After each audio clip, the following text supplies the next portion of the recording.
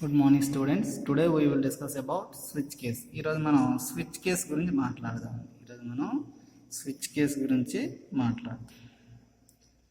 ఈ switch case అనేది ఎందుకు ఉపయోగపడుతుందంటే, ఏదైనా ఒక కాన్స్టెంట్ వాల్యూని కానీ ఎక్స్ప్రెషన్ కానీ ఉపయోగించి మల్టిపుల్ ఆప్షన్స్ నుంచి ఒక సింగిల్ ఆప్షన్ మనం సెలెక్ట్ చేసుకోవడానికి స్విచ్ కేస్ అనేది యూజ్ అవుతుందండి. అర్థమవుతుందండి? It is used to one can select one option from multiple options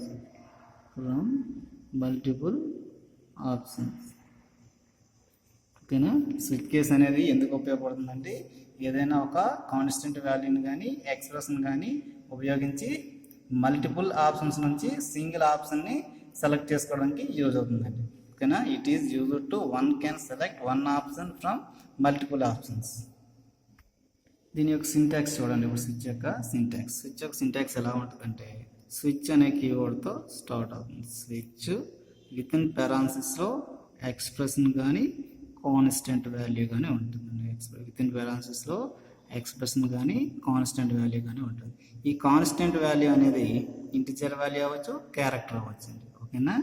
తర్వాత విత్ ఇన్ బ్రేసెస్లో మధ్యలో మల్టిపుల్ ఆప్షన్స్ అనేవి ఉంటాయండి. ఈ మల్టిపుల్ ఆప్షన్స్ని కేస్ అనే కీవర్డ్ యూజ్ చేసి రాస్తాం. చూడండి, ఇక్కడ రాస్తాం. Case value 1 set of statements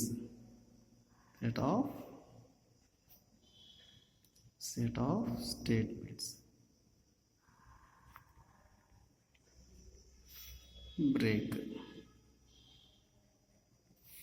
Next, case value 2 set of statements.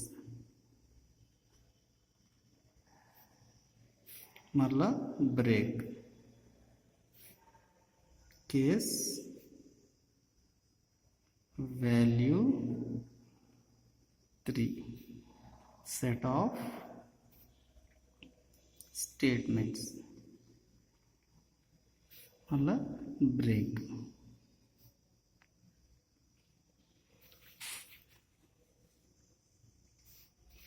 మన వాల్యూ, కాన్స్టెంట్ వాల్యూ అనేది ఈ కేసులో దేనితోని కనుక మ్యాచ్ అవ్వకపోతే లాస్ట్లో డిఫాల్ట్ కేస్కి వచ్చేస్తుంది.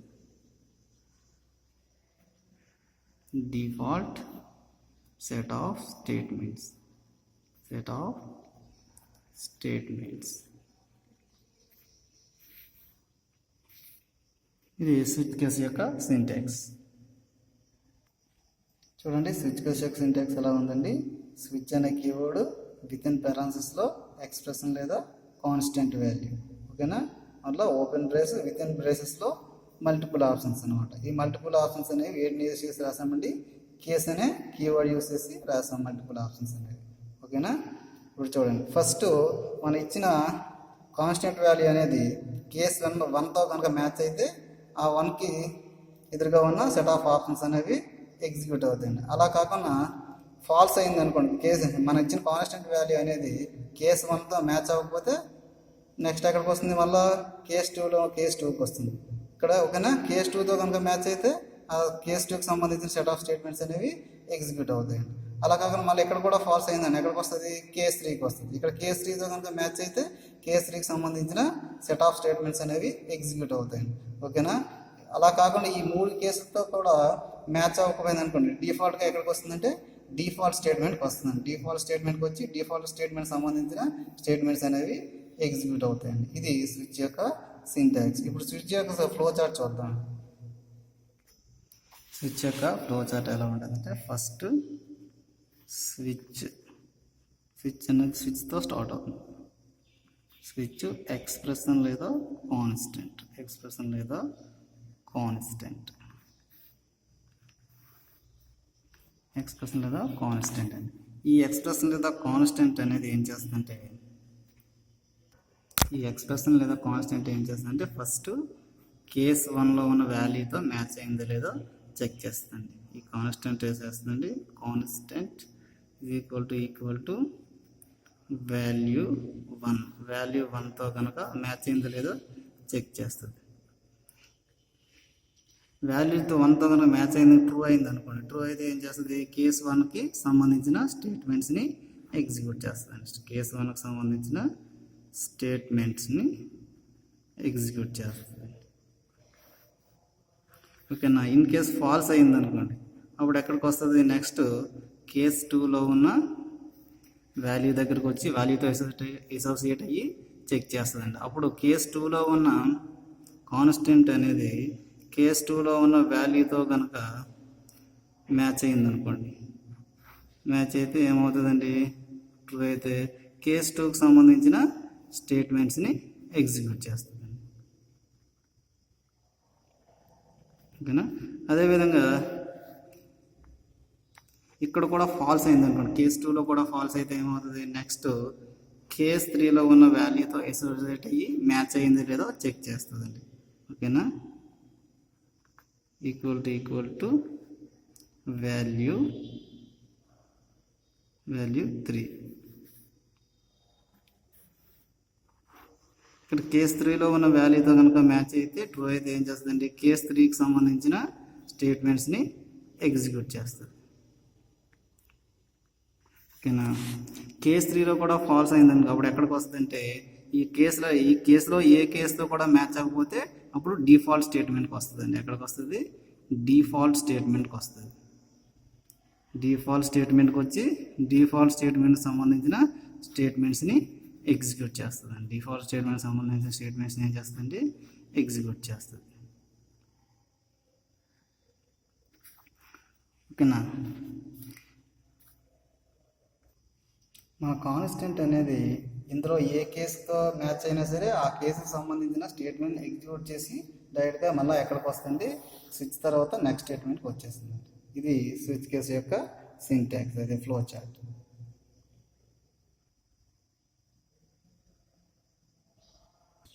నెక్స్ట్ స్విచ్ కేసుకు ఒక ఎగ్జాంపుల్ ప్రోగ్రామ్ రాద్దామండి. Arithmetic operations. ఫస్ట్ ఏం రాయాలి? హెడర్ ఫైల్స్ రాయాలి. హ్యాస్ ఇంక్లూడ్ stdio.h,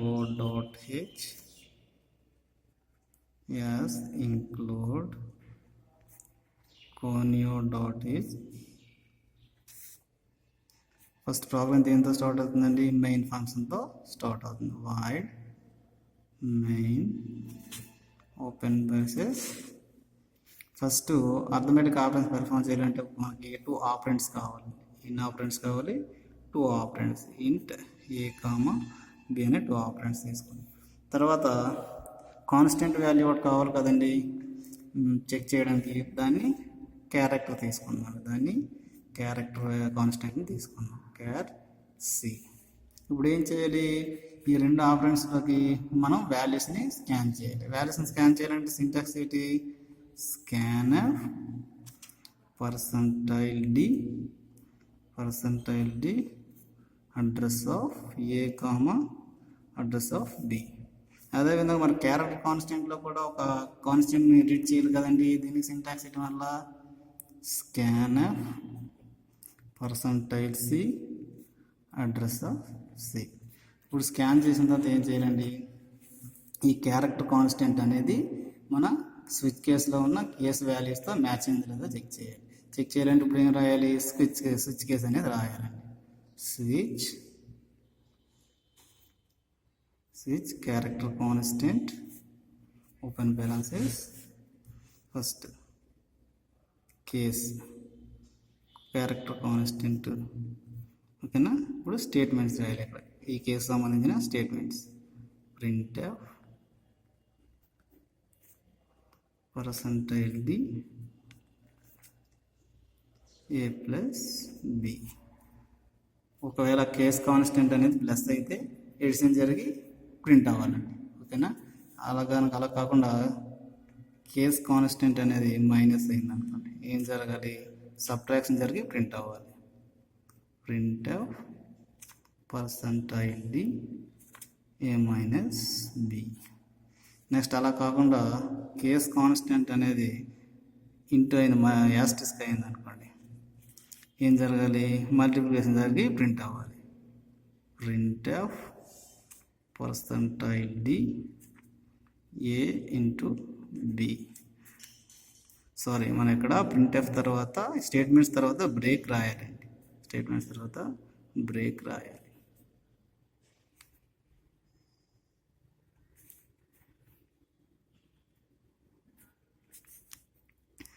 నెక్స్ట్ అలా కాకుండా ఇంటితో కాకుండా నెక్స్ట్ ఏంటంటే కేసులో మాడ్యులస్, అలా కాకుండా నెక్స్ట్ డివిజన్తో మ్యాచ్ అయింది అనుకోండి. డివిజన్తో మ్యాచ్ అయితే డివిజన్ జరిగి ప్రింట్ అవ్వాలి. Print of percentile d a by b. అలా కాకుండా బ్రేక్ రాయలేదు, బ్రేక్. అలా కాకుండా మాడ్యులస్ డివిజన్తో మ్యాచ్ అయింది అనుకోండి. మాడ్యులస్ డివిజన్తో మ్యాచ్ అయితే మళ్ళీ డివిజన్ జరిగి ప్రింట్ అవ్వాలి. Print of percentile d a modulus b. ఓకేనా? అన్ని కేసులు అయిపోయిన తర్వాత లాస్ట్ కేసు ఏం రాయాలండి? లాస్ట్ కేసు డిఫాల్ట్ రాయాలి. లాస్ట్ కేసు డిఫాల్ట్, డిఫాల్ట్ రాయాలి. డిఫాల్ట్ కేసులో మన నచ్చిన స్టేట్మెంట్ రాసుకోవచ్చు. ఏం రాస్తాం? ఎంటర్ రాంగ్ చాయిస్ అని రాసుకుందాం. దీంట్లో print of enter wrong choice, మనకు నచ్చింది రాసుకోవచ్చు అండి డిఫాల్ట్. ఓకేనా? ఇది స్విచ్ కేసుకి ఎగ్జాంపుల్ ప్రాబ్లం, అర్థమెటిక్ ఆపరేషన్స్. అర్థమైందండి?